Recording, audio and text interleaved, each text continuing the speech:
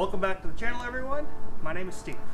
Today we're going to be working again on the Spitfire. We're going to go ahead and start grinding down these floors to find out what's laying underneath the liner that's on here, and find out if these floors are actually salvageable or if we got to go ahead and replace them. Hope you enjoy.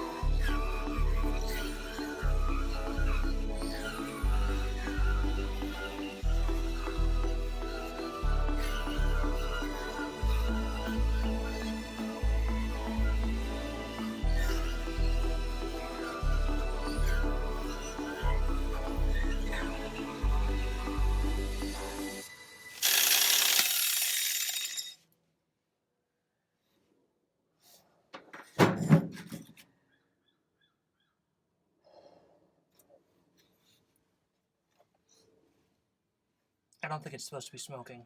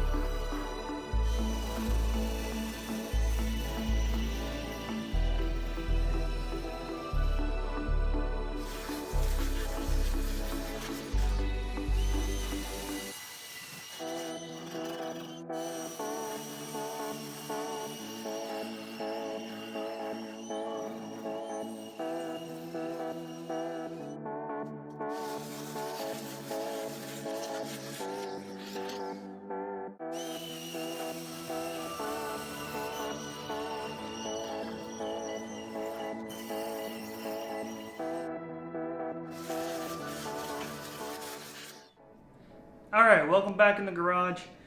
My grinder really has just kind of, crapped the bed on us. Nothing wrong with the grinder, honestly. I mean, it's a $20 grinder that I got from Harbor Freight.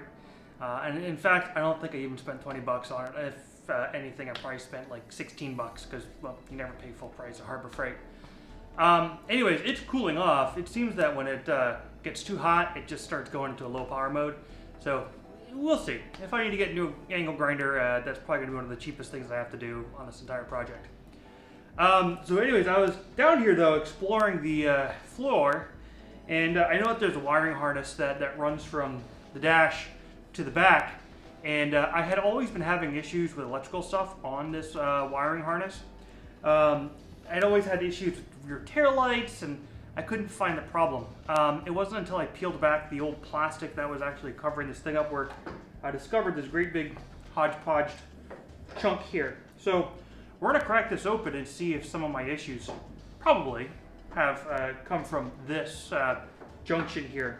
I know that this is not how things were done in Coventry when this car was built. My guess is that this was probably cut at one point or another by one of the previous owners.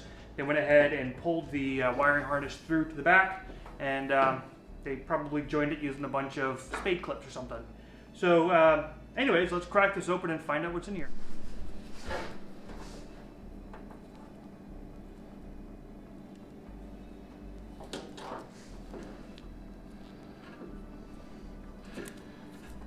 Certainly no lack of old electrical tape.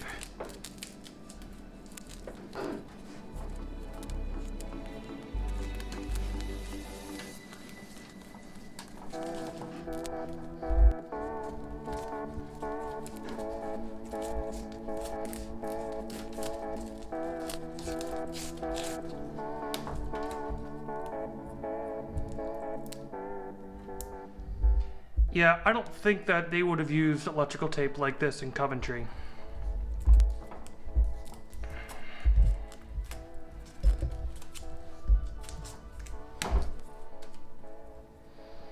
Let's see what lies beneath.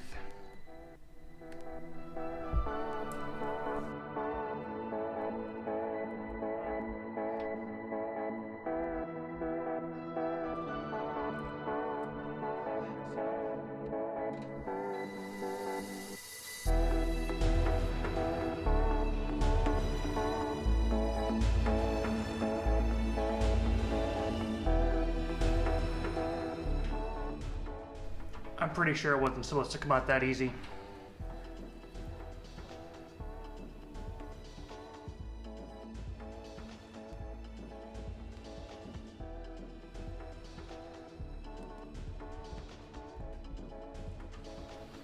Well, there you have it. I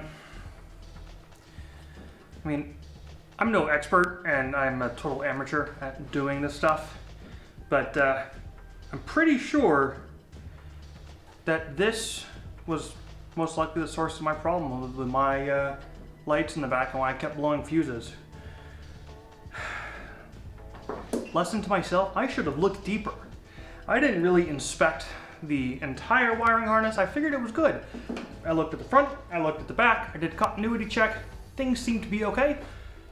But man, you just pull back the plastic a little bit and you find a mess like this. This is going to be the problem. So, this is fine, honestly, because I plan on completely rewiring this entire car and building my own wiring harness, but, yeah.